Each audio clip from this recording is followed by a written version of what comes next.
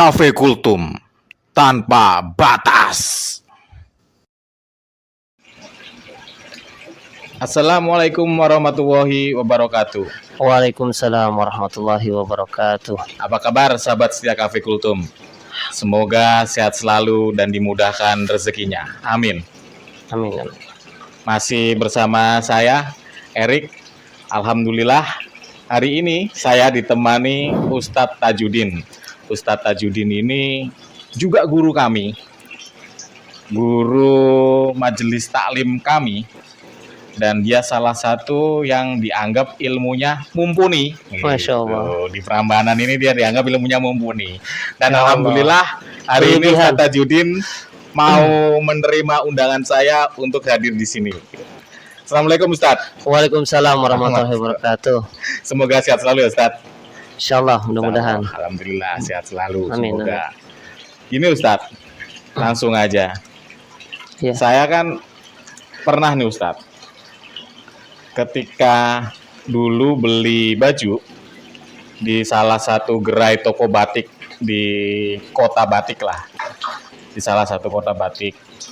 Nah, saya itu lagi milih baju nih Ustadz, lagi milih kemeja ya kan. Nah, wah saya lihat nih kemejanya bagus nih, warnanya cakep ya kan, mengkilap gitu kan. Nah, halus ya.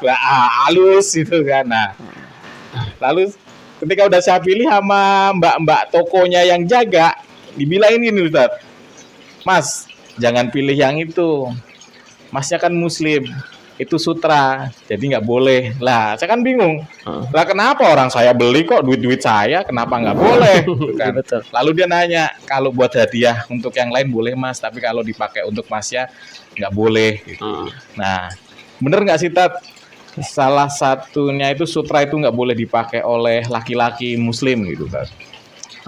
Baik. Assalamualaikum warahmatullahi wabarakatuh. Waalaikumsalam. Hamdan wa syukranillah, salatan wa salaman ala rasulillah, amma ba'du. Rabbi shrah li sadri wa yassir li amri wahlul 'uqdatam min lisani yafqahu qawli. Qalu subhanaka la ilma lana illa ma 'allamtana innaka antal alimul hakim. Hasbunallahu wa ni'mal wakil, ni'mal maula wa ni'man nasir, la haula wa la quwata illa billahil aliyil azim. Sahabat setia Kultum yang dirahmati oleh Allah Subhanahu wa taala, apa kabar semuanya? Semoga baik-baik saja. Alhamdulillah. Semoga kita senantiasa diberikan kesehatan, dijauhkan dari segala penyakit, diberikan rezeki yang halal dan berkah untuk taat kepada Allah Subhanahu wa taala, serta kita memohon kepada Allah Subhanahu wa taala agar kita senantiasa diberikan keistiqomahan dalam menjalankan perintah Allah dan juga diberikan keistiqomahan dalam meninggalkan larangan Allah Subhanahu wa taala. Amin amin ya Allah ya rabbal alamin. Berkaitan dengan pertanyaan yang tadi Bapak Erik sampaikan mengenai hukum hukum sutra dan emas, apakah diperbolehkan bagi laki-laki? Sutra kenapa tidak diperbolehkan? Kenapa tidak diperbolehkan Kenapa tidak diperbolehkan oleh laki-laki dan emas tentunya? Nah, ini soalnya hukumnya ini berbarengan, berkaitan satu sama lain nanti kita sama-sama akan bicarakan. Nah, Nabi Muhammad Shallallahu Alaihi Wasallam itu diutus oleh Allah untuk menjelaskan, mengajarkan kepada kita sebagai umat Muslim bagaimana kita itu mencontoh apa yang dilakukan oleh Nabi, tentunya dengan syariat Islam. Satu contoh seperti layaknya kita berpakaian. Berpakaian pun kita sudah diatur oleh Allah dan Rasulnya. Bagaimana kita selayaknya sebagai laki-laki berpakaian yang pantas. Demikian juga bagi perempuan. Layaknya perempuan itu pakai pakaian seperti apa? Jangan sampai kebalik. Pakaian laki-laki dipakai oleh perempuan. Juga sebaliknya. Pakaian perempuan dipakai oleh laki-laki. Sehingga akhirnya apa? Tasyabuh minan nisa, menyerupai wanita dan tasyabuh minar rijal, Menyerupai. ya menyerupai laki-laki. laki-laki. Nah, ini makanya sudah diatur ya. Nah, sesuai dengan pertanyaan tadi, bagaimana hukumnya memakai sutra dan emas? Apakah diperbolehkan Betul. oleh laki-laki? Jangan-jangan haram nih.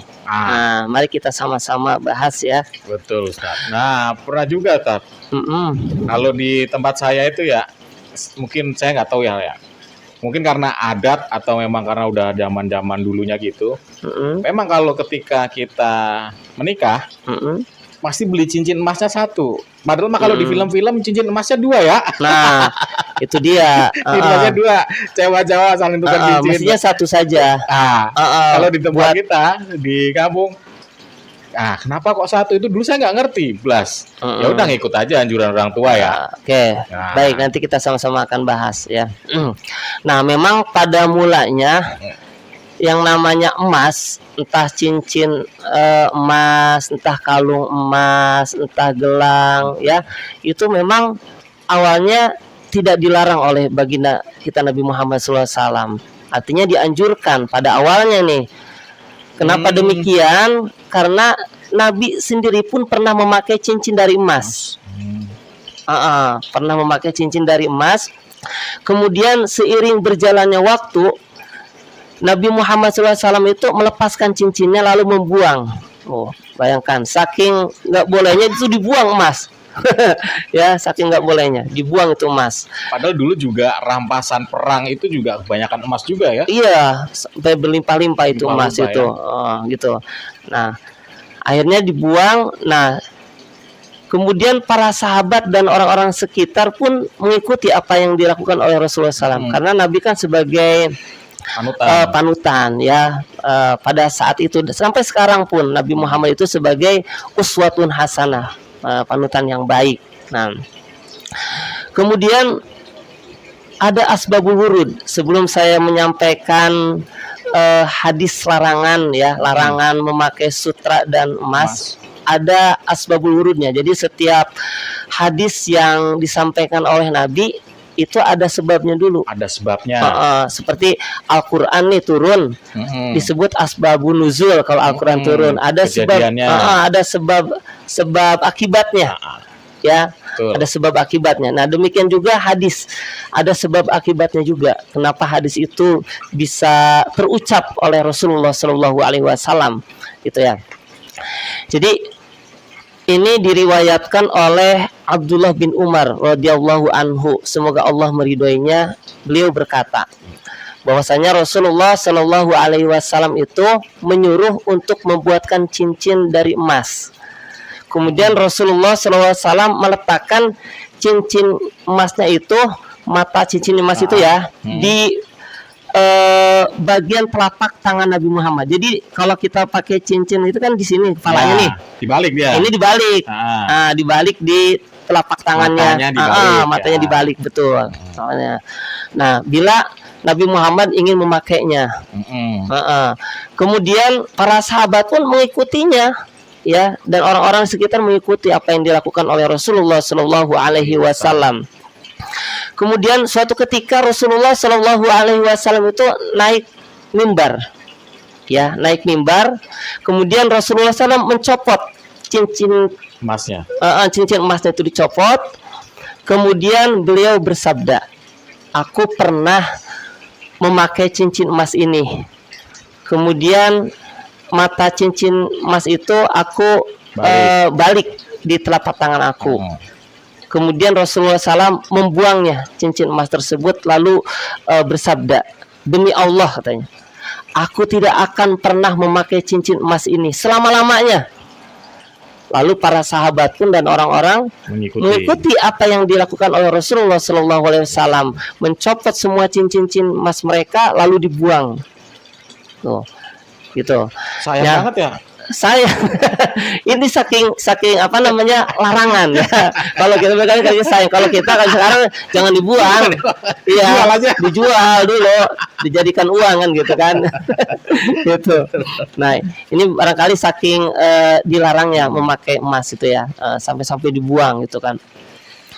Kemudian Nabi Muhammad SAW bersabda nih. Ini soal pelarangannya nih. Diriwayatkan oleh Abu Hurairah ya bahwa Nabi Muhammad SAW bersabda, Nabi Muhammad SAW telah melarang ya, telah melarang memakai cincin emas ya, cincin emas. Nah, itu jadi dari hadis Nabi Muhammad SAW dan asbabul wurud yang telah tadi saya sampaikan bahwasanya bagi laki-laki nih, bagi laki-laki menggunakan atau memakai emas, entah cincin dari emas, entah gelang ya, entah kalung ya, apalagi cincin apa namanya giwang ya, giwang ya, giwang itu dilarang dipakai oleh laki-laki gitu. Nah, para ulama fikih ya dan para mazhab sepakat ya, memang jumhur ulama lah, kebanyakan para ulama gitu ya, termasuk 4 mazhab sepakat mereka itu mengharamkan yang namanya cincin itu atau kalung atau gelang itu dipakai oleh perhiasan segala perhiasan, betul, dipakai oleh laki-laki, dilarang gitu. Sebenarnya berarti kalau gelang dari tali nggak apa-apa lah ya. Gelang dari tali apa dulu nih? Ya kan kadang dari emas saya bukan. Jadi, bukan.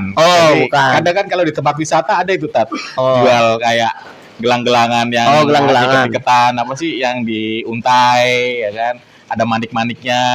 Itu nggak jadi gitu kan. Nggak jadi masalah itu mah. Boleh kita memakai gelang tapi ya tadi tidak boleh menyerupai dari emas itu tersebut. Nah, kemudian 4 imam mazhab tersebut walaupun setengahnya dari emas, setengahnya dari bahan lain. Ya, contoh bahan lainnya itu dari perak, dari tembaga, ya, dari aluminium contohlah, gitu. Tetap nggak boleh. Karena ada unsur emasnya. Ada unsur emasnya. Nah, bahkan Imam Syafi'i berpendapat walaupun hanya kadar emasnya sedikit sekali. Ya, kadang kan ada itu namanya apa ya? Namanya emas umum. Ya kan, kalau bahasa mak-mak nih, biasanya disebutnya dengan emas umum. Biasanya kadar emasnya itu cuman sekitar 18 karat, ya kan, atau 16 karat. Itu tetap nggak boleh dipakai oleh laki-laki ya? Tetap nggak boleh. Walaupun ya berapa karat, 1 karat semisalkan, itu tetap tidak boleh. Dalam artian laki-laki muslim. Dalam arti ya kita kan membahas tentang keagamaan kita ya, udah pasti itu muslim gitu kan. Kalau mereka memakai yang non muslim ya monggo-monggo aja, itu hak mereka gitu kan ya, gitu. Nah, kalau sutra. Nah, mengenai sutra, kemudian Nabi Muhammad SAW memberikan peringatan kepada kita, jangan sekali-kali memakai kain sutra ya, karena sutra itu haram dan dosa. Ya, kita sebagai laki-laki dilarang memakai pakaian dari sutra, entah dari pakaian batik dari sutra, kemudian batik dari sutra, terus apalagi terus kaos dari sutra, dasi dari sutra, atau kaos kaki, bahkan dari kaos kaki dari sutra juga ada. Zaman dahulu itu sutra itu salah satu komoditi yang istimewa. Karena kan kalau dulu kita belajar sejarah nih di SD, SMP, ada kan yang disebut dengan jalur sutra, ya kan, yang dari China sampai ke Indonesia, ya kan, disebut dengan jalur sutra karena perdagangan utamanya itu memang sutra. Nah, kenapa komoditi yang sangat istimewa ini pada zaman itu akhirnya kok dilarang, tidak boleh dipakai oleh laki-laki? Itu Ustaz. Alasannya kenapa ya kira-kira ya? Nah, nanti alasannya saya sampaikan dulu. Kemudian Rasulullah SAW ya, lanjutkan ya. Rasulullah SAW mengambil kain sutra, kemudian diletakkan di tangan kanannya. Kemudian Rasulullah SAW mengambil emas, diletakkan di tangan kirinya. Apa kata Nabi?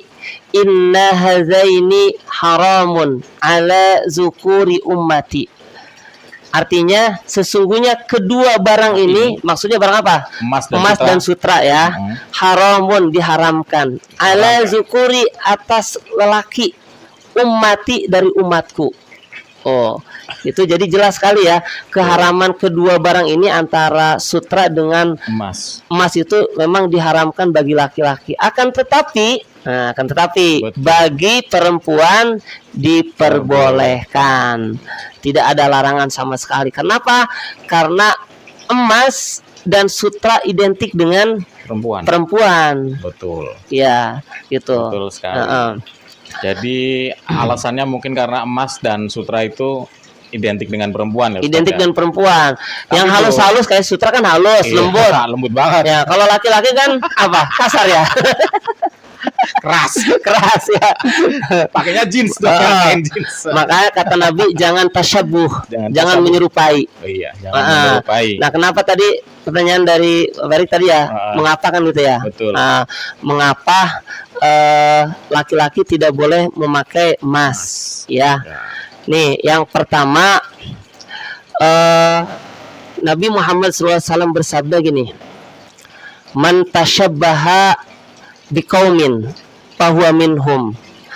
Barang siapa yang menyerupai suatu kaum, fahuwa minhum, maka dia bagian daripada mereka. Bagian dari kaum tersebut. Artinya bagian dari perempuan. Jadi kalau kita pakai emas, apalagi kalung gitu ya, kalungnya sebesar rantai motor lagi, kita pakai gitu kan, rantai kapal lagi. Terus apalagi pakai anting, pakai giwang tadi ya. Keren. Apalagi pakai di sini ada tuh yang pakai di hidung ya, di hidung ya. Itu kan kayak India kan begini nih ya. Itu sama aja kan menyerupai perempuan itu. Tapi kalau untuk investasi boleh dong Ustadz ya. Mengenai investasi boleh-boleh saja. Jadi kita beli emas nih. Nilai emas itu kan hampir boleh dibilang tidak pernah mengalami penurunan. Betul. Ya. Kalau nggak salah mungkin 1 gram emas itu harganya sekarang sekitar 1 jutaan lah. Betul. Apalagi kemarin isu rame banget katanya emas 1 gram sampai 2 juta. Ya kan? Tapi boleh dong berarti seumpamanya kita menyimpan emas untuk investasi. Ya, jadi kita beli nih di harga 1 juta. Entah itu 1 atau 2 tahun lagi harganya 2 juta kita jual. Ya.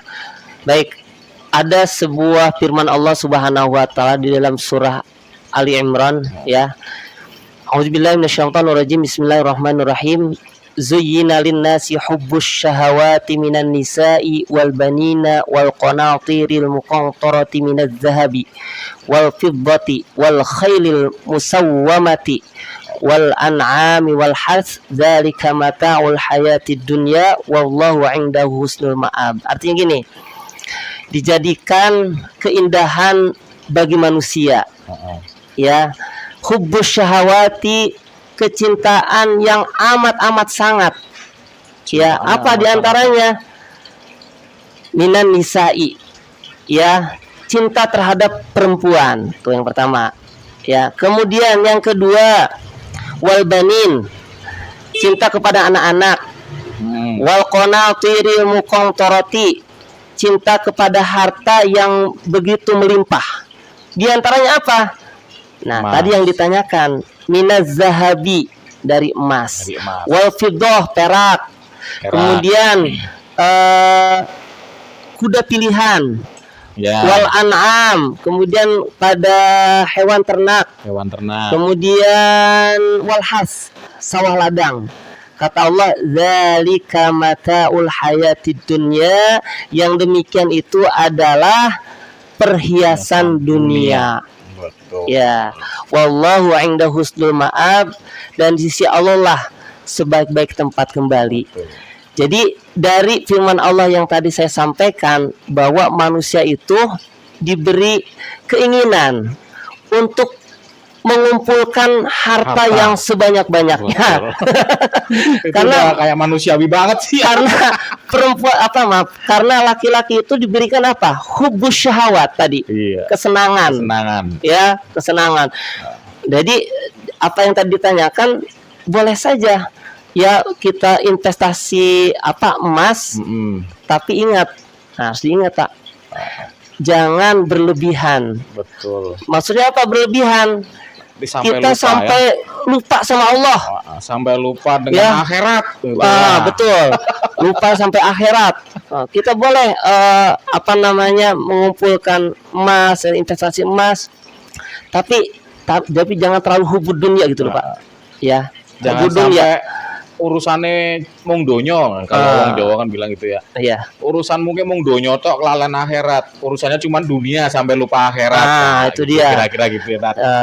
Karena Allah Subhanahu wa taala sendiri berfirman kan, innallaha la yuhibbul mu'tadin. Kayak lagi, innallaha la yuhibbul mu'tadin. Sesungguhnya Allah itu tidak mencintai orang-orang yang berlebihan. Betul. Kita boleh berternak, boleh. Ya, kita boleh punya sawah ladang, tapi jangan melupakan Allah Subhanahu wa taala. Kita niatkan aja seperti investasi emas, punya sawah ladang, punya peternakan, niatkan untuk beribadah kepada Allah. Kita bisa berbagi dengan saudara-saudara kita yang di bawah garis kemiskinan, ya. Bisa dikeluarkan zakat malnya, kan luar biasa. Insyaallah. Ya kan? Itu yang dimaksud dengan kebahagiaan di dunia dan kebahagiaan di akhirat. Rabbana atina fid dunya hasanah wa fil akhirati hasanah wa qina adzabannar. Ya Allah, ya Tuhan kami, berikanlah kepada kami kebaikan di dunia dan kebaikan di akhirat, dan jauhkanlah kami dari siksa api neraka. Seperti itu. Gue baru tahu nih artinya gitu. Tiap hari baca doa gitu, tapi baru tahu artinya ini, Tat. Iya. Betul, Ustaz. Terkadang karena ketidaktahuan kita ya. Ya apalagi saya lah yang masih dalam taraf belajar. Ya, Sama-sama. Dalam taraf belajar ya kan. Dulu saya sempat ketika pernah punya duit, nah kan. Baru kerja, punya duit, alhamdulillah berlebih.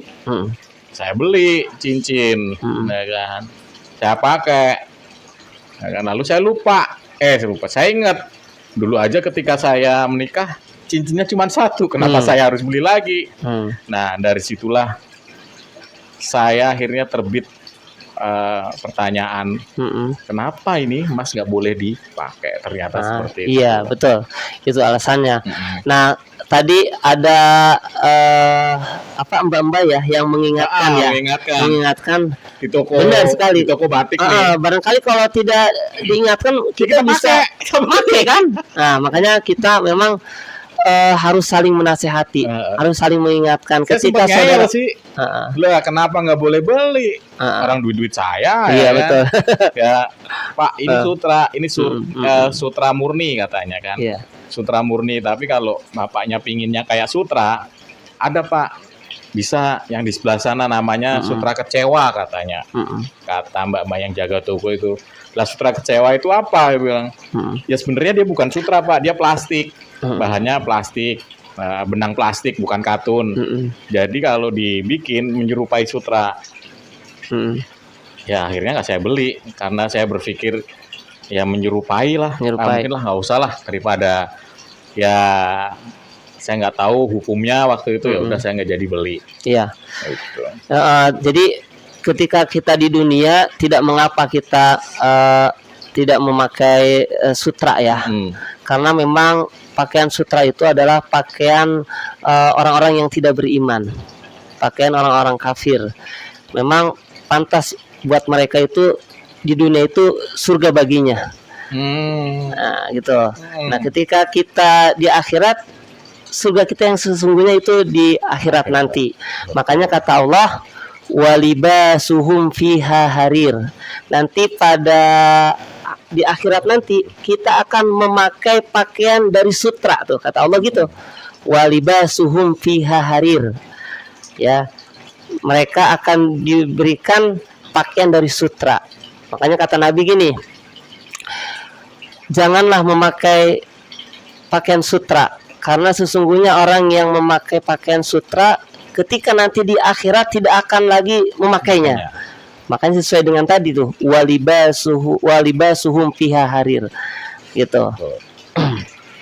Padahal sutra itu memang harus saya akui sangat-sangat indah ya. Betul. Asli bahannya Hmm. halus, Ya.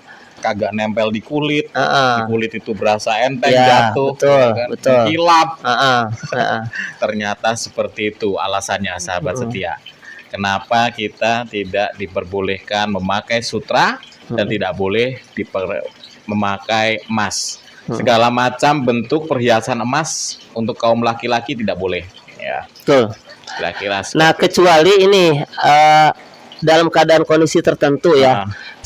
Pada zaman Nabi Muhammad SAW ada sahabat setelah mengikuti perang, hidungnya itu terkena pedang, gitu kan, hilang lah sebagian, sehingga terjadi busuk. Akhirnya sahabat pun menempelkan apa sih namanya, bukan emas, perak dulu. Nah, karena perak barangkali nggak ini kali ya, nggak sembuh. Akhirnya mengadu kepada Rasulullah, ya Rasulullah, hidung saya masih busuk seperti ini. Akhirnya Rasulullah menyuruh tempelkan emas. Artinya dalam keadaan kondisi tertentu seperti itu diperbolehkan. Makanya Islam itu diberikan apa? Keringanan atau dalam bahasa Inggrisnya apa? Rukhsah. Ya. Padahal baru kemarin belajar tentang rukhsah. Ya. Tentang rukhsah sholat ya, udah lupa lagi. Gimana ya? Kira-kira seperti itu, sahabat setia, tentang sutra dan emas. Nah, alhamdulillah juga Ustadz, hari ini kita dapat kiriman nih dari Orin Kebab. Alhamdulillah. Barakallah. Semoga yang memberikan Allah balas dengan berlipat ganda. Amin ya Allah ya Rabbal alamin. Buat teman-teman yang ingin cobain Orin Kebab, bisa di sini ya. Nah, tadi kita awal udah nyobain, rasanya amazing coy. Boleh, kalau mau pesan ada nomor teleponnya, ya kan? Ada nomor WA-nya. Bisa langsung aja di WA, melayani delivery. Yes. Terima kasih Ustadz atas waktunya yang sangat-sangat sempit. Dan terima kasih juga sudah memenuhi undangan Cafe Kultum. Mohon maaf sebelumnya apabila ada kata-kata yang benar, tentu itu datangnya dari Allah Subhanahu wa taala. Dan apabila ada kata-kata yang salah, itu tentunya datang dari kekurangan saya sendiri. Sama. Kalau ada salah-salah kata, saya juga minta maaf. Dan kalau tidak ada tambahan lagi, ada yang mau ditambahkan Ustadz sebelumnya? Ada terakhir? Dengan kesimpulan saja ya. Ya, dengan adanya seperti ini, mudah-mudahan sahabat setia Kultum bisa memahami, bisa menghayati, bisa mengamalkan dalam kehidupan sehari-hari. Bahwasanya yang namanya sutra itu dan emas tidak boleh dipakai oleh laki-laki, sementara untuk perempuan diperbolehkan. Itu aja. Terima kasih Ustadz. Semoga ilmu yang kita dapat dari Ustadz Dajudin dapat bermanfaat untuk saya sendiri terutama, dan untuk sahabat setia Cafe Kultum. Dan saya rasa cukup dan saya tutup. Wassalamualaikum warahmatullahi wabarakatuh. Cafe Kultum tanpa batas.